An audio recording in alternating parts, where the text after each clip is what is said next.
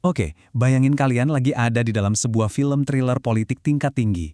Nah, di sesi explainer kali ini, kita bakal mundur ke tahun 1998, pas itu, krisis ekonomi Asia ngehantam Indonesia, parah banget. Ekonomi kita bener-bener nyaris kolaps total. Ibaratnya nih, kalian lagi duduk di pesawat raksasa, terus tiba-tiba mesinnya mati. Pesawatnya meluncur jatuh ke bumi. Panik dong pasti. Tapi, yang terjadi selanjutnya adalah sebuah manuver penyelamatan yang gila banget. Dan tebak, semuanya bermula dari siapa yang lagi duduk di kursi pilotnya. Pas B.J. Habibie naik jadi presiden, tanggal 21 Mei 1998, ada satu hal yang bikin banyak orang garuk-garuk kepala. Beliau ini kan bukan ekonom ya. Habibie itu insinyur pesawat terbang. Lah, terus pertanyaannya, gimana caranya seorang ahli pembuat pesawat bisa nyelesain krisis ekonomi yang bahkan bikin para ekonom top dunia ketakutan? Nah, disinilah serunya. Latar belakangnya yang nggak biasa ini dan cara pandangnya yang unik ala ahli aeronautika justru jadi senjata rahasia buat mecahin masalah raksasa ini. Biar kalian ada gambaran seberapa parahnya situasi saat itu, coba lihat perbandingan ini. Sebelum krisis, rupiah itu anteng banget di angka sekitar 2.500 per dolar AS. Tiba-tiba jatuh bebas dong, sempat nyentuh belasan ribu, bahkan sampai ke level 16.800 hingga 17.000 per dolarnya. Bayangin, nilai uang kita hilang lebih dari 80% dalam waktu singkat banget. Ekonomi kita itu udah kayak pasien di ICU, kritis, dan parahnya lagi nggak ada alat bantu napas sama sekali. Nah, gara-gara ini, muncul deh pandangan yang kontras banget di masyarakat. Di satu sisi, para elit ekonomi dan investor asing itu diam-diam ngeraguin Habibie. Mereka mikir, ini mah cuma presiden transisi aja, semacam sosok sementara sambil nunggu Indonesia benar-benar ambruk. Tapi kenyataannya beda jauh. Habibie nggak ngelihat masalah ini pakai kacamata politisi atau ekonom biasa. Tapi, dia pakai logika yang dingin, terukur, dan analitis layaknya seorang insinyur pesawat yang lagi ngebedah kerusakan sistem. Coba kita pinjam istilah penerbangan deh biar gampang ngertinya. Habibie ngelihat krisis ini bukan cuma soal duit atau nilai tukar yang anjlok. Dia ngelihat ekonomi Indonesia itu lagi ngalamin yang namanya stall. Kalau di dunia aviasi, stall itu kondisi super mematikan di mana pesawat kehilangan daya angkat. Hidungnya naik, mesin meraung-raung tapi pesawatnya malah jatuh. Nah, kalau pilot panik dan malah nalik tuas kendali kencang-kencang, pesawatnya bakal makin cepat hancur. Di ekonomi, tarikan tuas yang panik ini tuh ibarat reaksi ketakutan pasar yang membabi buta. Reaksi panik tadi bikin ekonomi kita langsung kehilangan daya angkat atau loss of life. Waktu IMF neken Indonesia buat nutup 16 bank di akhir tahun 97, niatnya sih mau nyehatin sistem ya, tapi nyatanya itu justru matiin mesin daya angkat kita. Publik jadi panik luar biasa dan terjadilah bank run. Orang-orang pada rebutan narik duit besar-besaran dari bank karena udah nggak merasa aman lagi. Dan skala kepanikannya itu benar-benar masif loh. Rakyat ketakutan, narik dana habis-habisan. Sistem perbankan kita yang ibaratnya urat nadi buat muterin uang, itu udah nyaris lumpuh total. Ditambah lagi, elit bisnis dan tokoh ekonomi lokal juga skeptis banget sama pendekatan Habibie. Mereka ragu, masa iya sih restrukturisasi perbankan gede-gedean bisa dilakuin di tengah kerusuhan sosial yang lagi parah-parahnya? Disinilah Habibie nemuin poin paling krusialnya. Integritas struktural. Beliau sadar banget, ngutak-atik angka moneter tuh nggak bakal ada gunanya kalau integritas strukturalnya nggak dibenerin dulu. Apa sih integritas struktural di ekonomi? Ya fondasi psikologis dan kepercayaan publik. Dolar terbang ke langit itu bukan murni karena rasio ekonomi kita jelek, tapi karena rakyat dan investor udah benar-benar hilang trust. Jadi dia tahu persis, kecemasan nasional ini yang harus disembuhin secara psikologis dulu. Terus gimana nih rencana penerbangan daruratnya?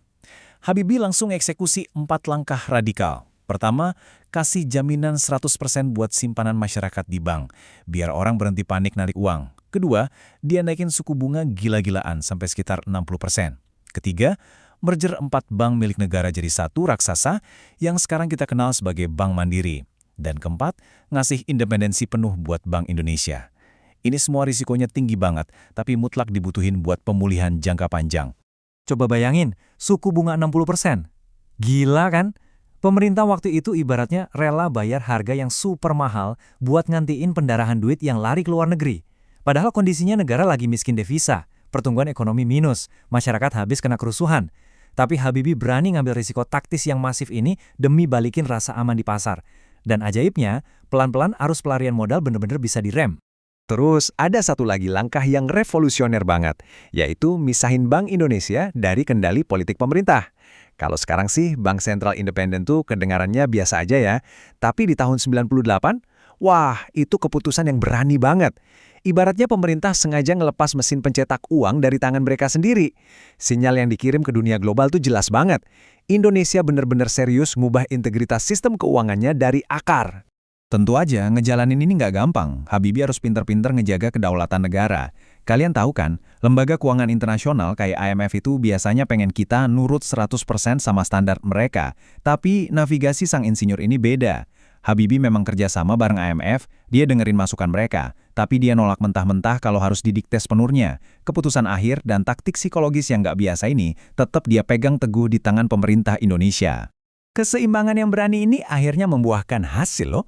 Pasar internasional ngasih reaksi yang positif banget. Kenapa? Karena mereka ngelihat Indonesia ini benar-benar niat ngelakuin reformasi, tapi di saat yang sama tetap punya kontrol penuh atas nasibnya sendiri. Persepsi risiko investor asing perlahan mulai berubah. Dari yang tadinya ketakutan luar biasa, jadi punya harapan baru.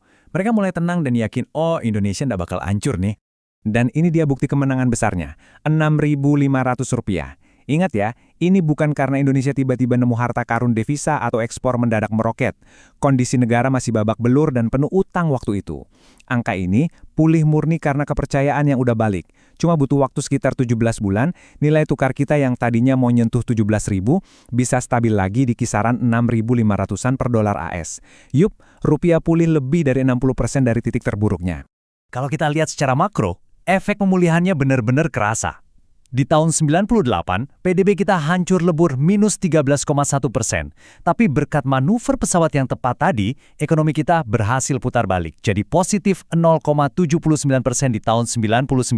Ini benar-benar mecahin semua ekspektasi pesimis dari para ahli keuangan dunia waktu itu loh. Putar balik yang dramatis ini otomatis ngerubah total pandangan publik dan para pakar. Mereka yang awalnya ngejek dan ngeraguin kemampuan seorang insinyur buat ngurusin krisis moneter, akhirnya bungkam dan jadi percaya.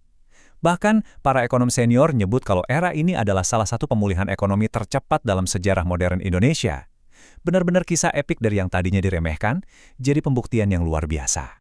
Coba kita lihat lagi rentetan waktunya, Mei 98, ekonomi nyaris hancur total, terus akhir 98, reformasi perbankan yang radikal mulai dieksekusi, sampai akhirnya di tahun 99, rupiah stabil, dan kita bisa masuk lagi ke zona pertumbuhan positif. Semuanya cuma butuh waktu sekitar 17 bulan. Jujur aja, ini adalah sebuah masterclass dalam hal navigasi kepemimpinan dan pengambilan keputusan strategis tingkat tinggi. Jadi, pelajaran paling krusial yang bisa kita petik dari seluruh krisis ini terangkum sempurna dalam filosofi ini. Pesawat yang rusak masih bisa diperbaiki, tapi pesawat yang lagi jatuh bebas belum tentu bisa diselamatkan. Stabilkan dulu. Habibie naklupin krisis bukan dengan ikutan panik, tapi dengan logika dingin dan analitis khas seorang insinyur yang lagi berusaha nyimbangin pesawatnya dari terjun bebas. Nah, sebelum explainer ini selesai, ada satu pertanyaan menarik buat kalian renungin. Kira-kira, krisis global modern apa lagi ya yang bisa kita selesain kalau kita ngelihat masalahnya bukan cuma sekedar permainan angka di atas kertas, tapi sebagai tantangan rekayasa psikologis publik. Bayangin kalau kita sadar, di balik setiap grafik ekonomi yang anjlok, selalu ada ketakutan masyarakat yang butuh ditenangkan. Kita mungkin bisa nemuin solusi-solusi sejenius tahun 98 tadi. Coba dipikirin deh. Terima kasih udah nemuin kita di Explainer ini, dan sampai jumpa!